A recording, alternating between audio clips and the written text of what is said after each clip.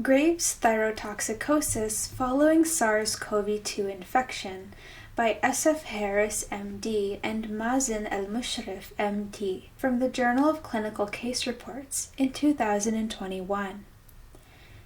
Abstract. Objective.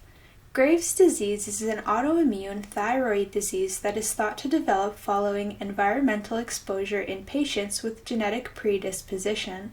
Our objective is to present the first report of Graves' disease onset immediately following recovery from mild coronavirus disease 2019, a close temporal occurrence that should be studied further.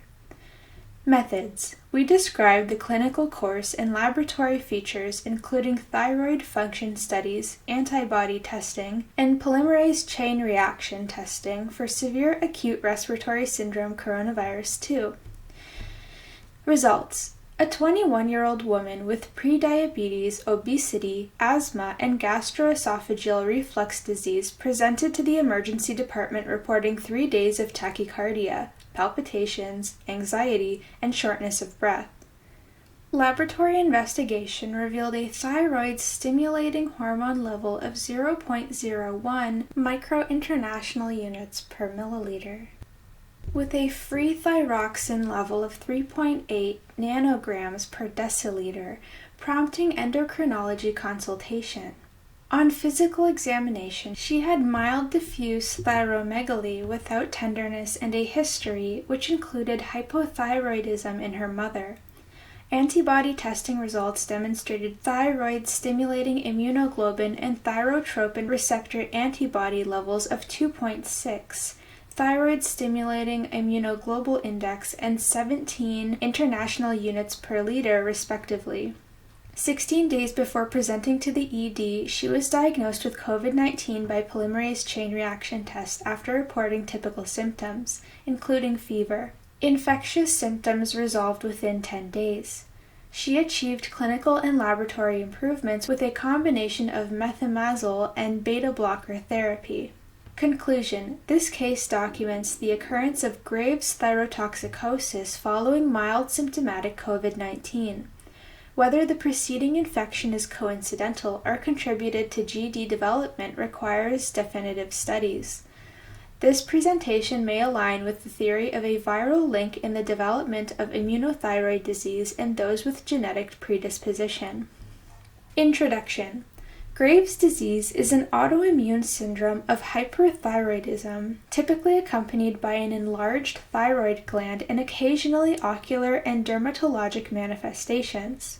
The excess stimulation of thyroid-stimulating hormone receptors by thyroid receptor antibodies generates an unregulated production and secretion of thyroid hormone, resulting in clinical thyrotoxicosis. Current research supports genetic susceptibility and epigenetic modulation as key factors in the pathogenesis of GD, with contribution from environmental factors, including exposure to iodine, medications, stress, smoking, and certain viral infections. We describe a previously unreported case of GD development in a close temporal occurrence of coronavirus disease infection. Case report. A 21-year-old female healthcare worker presented to the emergency department for 3 days of progressively worsening tachycardia with palpitations, anxiety, and shortness of breath. 6 days prior to the ED visit, she had a complete resolution of symptoms from mild COVID-19, which included fever, cough, myalgias, and anosmia. Diagnosis had been confirmed with positive oropharyngeal swab for severe acute respiratory syndrome coronavirus 2. She did not require hospitalization or treatment for COVID-19 beyond intermittent over-the-counter analgesic use.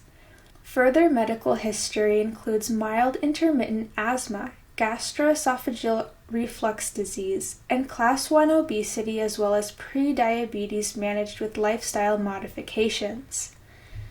Family history includes diabetes in both parents and hypothyroidism in her mother. ED records reviewed note that the patient presented with a warm and flushed appearance, tachycardic at 120 to 140 per minute, with shortness of breath and mild anxiety. She was afebrile. Initial blood pressure was 150/93 millimeters Hg, with an oxygen saturation of 100%. Electrocardiogram was obtained, which demonstrated sinus tachycardia, and interpreted as otherwise normal by attending physicians. She was given 5 milligrams of oral diazepam, and a stat chest computated tomography with angiography was performed owing to suspicion of pulmonary embolism or parenchymal disease. The radiologist interpreted the study as within normal limits.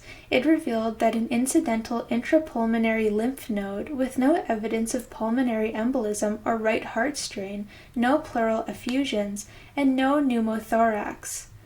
Laboratory testing was also performed, and complete blood counts showed white blood cell, neutrophil, hemoglobin, and platelet counts of 10.26 times 10 to the exponent 3 microliters, 70.8%, 13.5 grams per deciliter, and 288 times 10 to the exponent 3 microliters, respectively. Comprehensive metabolic panel revealed glucose, sodium, potassium, and creatinine levels of 114 milligrams per deciliter, 138 millimoles per liter, 4.2 millimoles per liter, and 0.50 milligrams per deciliter, respectively. Point-of-care urine pregnancy test was negative. High-sensitivity troponin assay was less than 6 nanograms per liter. Following the intravenous administration of a benzodiazepine, as well as 2 liters of normal saline and 1,000 milligrams of acetaminophen, the patient reported improvement in symptoms. However, she remained tachycardic at 115 per minute. This prompted consideration for thyroid abnormality, and thyroid function tests were obtained. Results of the thyroid studies were pending at the time of discharge from the ED and were only available the following day, demonstrating a TSH level of 0.01 microinternational unit per milliliter, with a free thyroxine T4 level of 3.8 nanograms per deciliter. These results were conveyed to her endocrinology practice, and she was scheduled for an urgent consultation. Notably, the patient had normal TSH results 1 and 5 years prior to presentation. At follow-up, the patient reported palpitations and shortness of breath with minimal exertion, as well as heat intolerance with excessive sweating and increased anxiety. On physical exam, she was tachycardic. Mild diffuse thyromegaly without tenderness was present, as well as fine bilateral hand tremors and hyperflexia. No ocular or dermatologic symptoms were observed. Laboratory test results revealed TSH, free T4, free triiodothyronine, thyroid-stimulating immunoglobulin, and thyrotropin receptor antibody levels of less than 0.01 microinternational units per milliliter, 3.6 nanograms per deciliter, 15.2 picograms per milliliter, 2.6 thyroid-stimulating immunoglobulin index, and 17 international units per liter, respectively. A thyroid scan with radioactive iodine uptake was not pursued. Her symptoms were initially managed with a selective beta blocker twice daily, and following results of the antibody testing, methimazole was prescribed. Thyroid function tests 1 month later were similar with TSH and free T4, prompting an increase in the methimazole dose to 30 milligrams daily. 3 months after the diagnosis of Graves' disease, the patient came to the office for follow-up. Clinically euthyroid on exam, her TSH level was 0.01 microinternational units per milliliter, with a free T4 level of 1.4 nanograms per deciliter.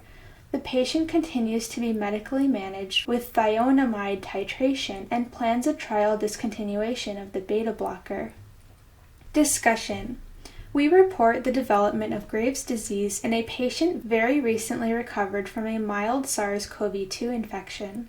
Previous testing of thyroid function was normal, and she had no clinical signs or symptoms of hyperthyroidism prior to her illness with COVID-19. Whether COVID-19 contributes to the development of Graves' disease or the occurrence is coincidental requires definitive studies. The relationship between Graves' disease and viral triggers has yet to be conclusively established, despite suggestive epidemiologic evidence. Studies have proposed various potential mechanisms for Graves' disease development, such as antigen exposure, molecular mimicry, cytokine release, and inflammatory response. Case reports have documented GD following subacute thyroiditis, a viral infection of the thyroid. Severe acute respiratory syndrome coronavirus, the virus responsible for severe acute respiratory syndrome, was found to cause extensive damage to the thyroid glands. Furthermore, clinicians have linked subacute thyroiditis with SARS CoV-2, the related novel coronavirus responsible for COVID-19. Though stress related to the infection may be an independent trigger unrelated to the specific viral syndrome, this is considered less likely, given the mild nature of initial illness. Family history in this case also supports the theory of genetic predisposition with external triggers. Conclusion.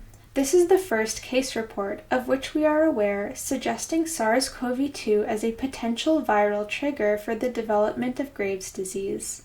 This finding reinforces the need to better elucidate the relationship between viral infection and autoimmune thyroid disease, as well as the direct effects of coronaviruses on the thyroid.